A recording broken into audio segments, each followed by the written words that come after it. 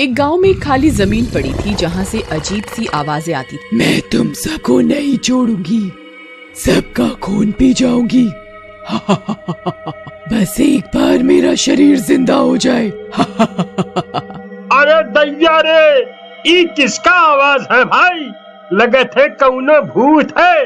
भागो यहाँ से, नहीं तो अपन तो गए रे दादा।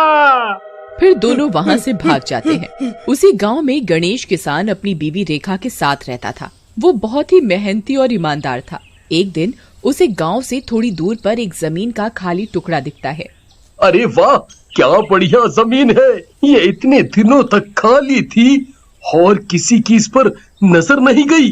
क्यों ना इस पर खेती करूं, कुछ आमदनी ज्यादा हो जाएगी। तुम यहाँ क्या कर रहे हो भाई? जानत नहीं, ये जमीन शापित है। भूत और चुड़ैल रहा था इसमें। चला घर को भागा। तुम भी रवि भैया, ये भूत प्रेत चुड़ैल वगैरह सब मन का वहम है, कुछ नहीं होता है। तुम्हारी मर्जी भाई, मैं तो चला। ऐसा बोलकर रवि वहाँ से चला जाता है। लेकिन जैसे ही गणेश वहाँ से जाने लगता है, उसका पैर जमीन में किसी चमकती चीज से टकराता है और उसके पैरों से खून निकलने लगता है और एक छोटे से गड्ढे में भरने लगता है। ये क्या हुआ? ये कैसे लग गया मुझे? ओह, ये तो बहुत खून बह रहा है मेरे पैर से, और ये इतनी तेजी से कैसे निकल रहा है? ऐसा लग रहा है कि जैसे कोई मेरे शरीर से इसको चूस रहा हो। जल्दी से घर जाता हूँ। ऐसा कहते हुए गणेश वहाँ से चला जाता है। इधर वो खून जमीन के अंदर एक सोई हुई औरत की लाश के मुंह में जाने लगता है। जैसे ही खून उस लाश के ऊपर पड़ता है, वो लाश जिंदा हो जाती है। कितने दिनों बाद इंसानी खून मिला है, बस इसका ही तो इंतजार था। मजा आ गया। ऐसा कहकर चुड़ैल वहाँ से गायब हो जाती है। उसी रात वहाँ से एक आदमी गुजर रहा होता है। उसे दूर से एक औरत बैठी हुई दिखती है, जो कि पीठ करके बैठी होती है। पीछे से उसके लंबे लंबे बाल लटके होते हैं। अरे वाह वाह, क्या औरत बैठी है। पीछे से तो कितनी सुंदर दिख रही है। अजी, सुनती हो मेरी राम प्यारी, यहाँ अकेले बैठी हो, हमें भी साथ में ले लो।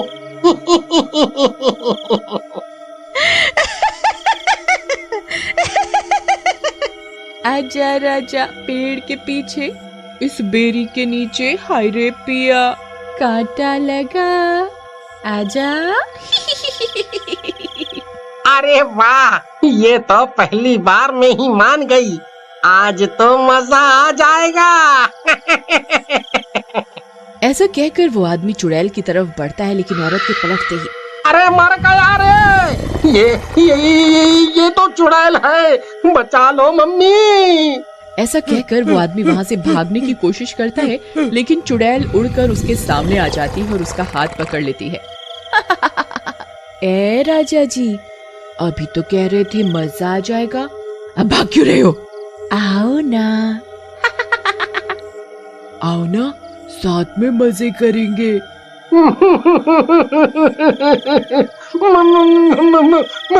मुझे माफ कर दो चुड़ैल जी, मैं जिंदगी में कभी ठरकी पना नहीं करूंगा। माफ कर दो मुझे। लेकिन चुड़ैल उसकी एक बात नहीं सुनती और उससे मारकर उसका खून पी जाती है और फिर गायब हो जाती है। अगली सुबह गणेश रेखा के साथ वहाँ पहुँचता है। अरे वाह जी, ये तो कितनी अच्छी जमीन है, इस पर तो खूब अच्छी फसल हो जाएगी। लेकिन अब तक इस पर किसी ने खेती क्यों नहीं की? कहीं कोई गड़बड़ तो नहीं है इस जमीन में? तुम्हारी इसी बात पर मुझे बहुत गुस्सा आता है। एक तो तुम ना शक बहुत करती हो। तभी रेखा की नजर किसी चमकती चीज पर पड़ती है। अजी सुनो, ये क्या है? देखो, ये तो हीरा लगता है। बाजार में इसका अच्छा दाम मिल जाएगा। वाह वाह। अरे ये क्या कर रही हो रेखा? ये हमारा नहीं है और हमें लालच भी नहीं करना चाहिए। तुम इस चमकती हुई चीज को यहीं फेंक दो, पता नहीं क्या है ये। लेकिन रेखा उसकी एक बात नहीं मानती और उस चमकती हुई चीज को लेकर घर चली जाती है। रात में वो हीरा कहाँ गया? उसी में मेरी जान है। अगर वो मुझे नहीं मिला तो मुझे ये दुनिया छोड़कर जाना पड़ेगा और मैं अपनी खून की प्यास कहाँ से बुझाऊंगी? मुझे जैसे भी हो वो हीरा ढूंढना पड़ेगा। ऐसा कहकर चुड़ैल गांव के अंदर अपने खोए हुए हीरे को ढूंढने लगती है। तभी उसकी नजर गणेश के घर पर पड़ती है। गणेश के घर की खिड़की से बहुत तेज रोशनी आ रही होती है। लगता है मेरा हीरा इन दुष्टों के पास है, मैं इनको छोड़ूंगी नहीं।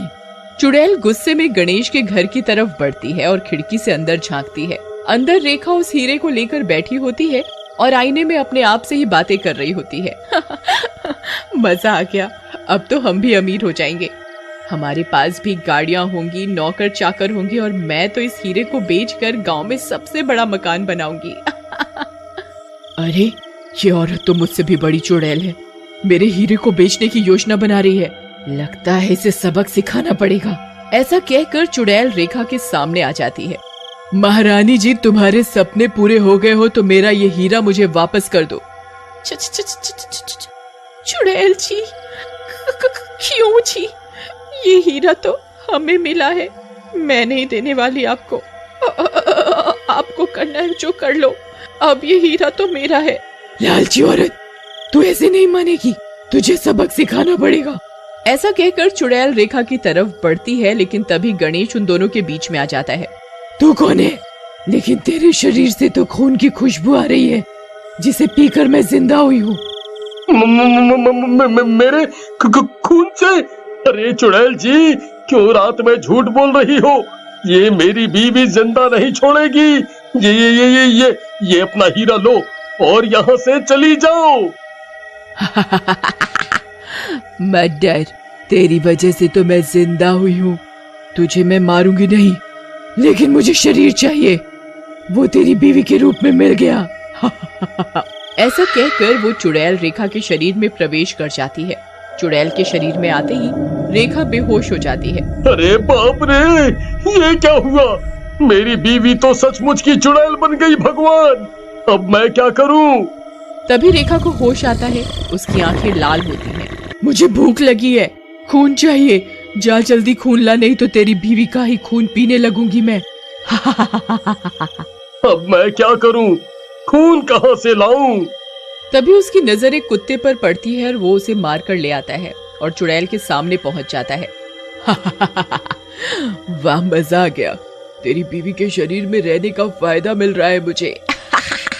चुड़ैल खून पीने लगती है, लेकिन ये सब गणेश को अच्छा नहीं लगता और वो घर से बाहर निकल जाता है। बाहर उसे उसका दोस्त रवि मिल जाता है और गणेश रवि को सारी बात बताता है। हम कहत रहे तुमका कि उस जमीन में कौनो लफड़े का बाल है, लेकिन तुम हमारी बात नहीं माना। अब भुगतो। अरे क्या रवि भाई, हम तुमको समस्या बता रहे हैं और तुम हम ही को डांट रहे हो। अरे अब समस्या आ गई है, उसको सुलझाओ। उसके बाद रवि गणेश को लेकर एक बाबा के पास पहुंचता है।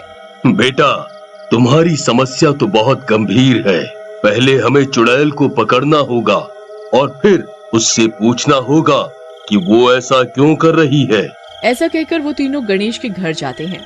गणेश के घर पर चुड़ैल बैठी होती है। इस बुरे तांत्रिक को लाया है अपनी मदद के लिए, ये कुछ नहीं कर पाएगा।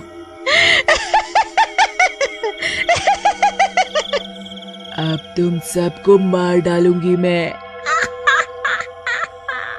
तभी बाबा उसे मंत्रों से बांध देता है और चुड़ैल से पूछने लगते हैं कि वो उस जमीन में कैसे पहुंची और लोगों को क्यों मार रही है। मेरा नाम निर्मला है, मेरी इस जमीन पर कब्जे के लिए एक तांत्रिक ने मेरे साथ ऐसा किया था और मुझे मारकर जमीन के अंदर दफना दिया था और मेरी आत्मा को इस हीरे में डाल दिया।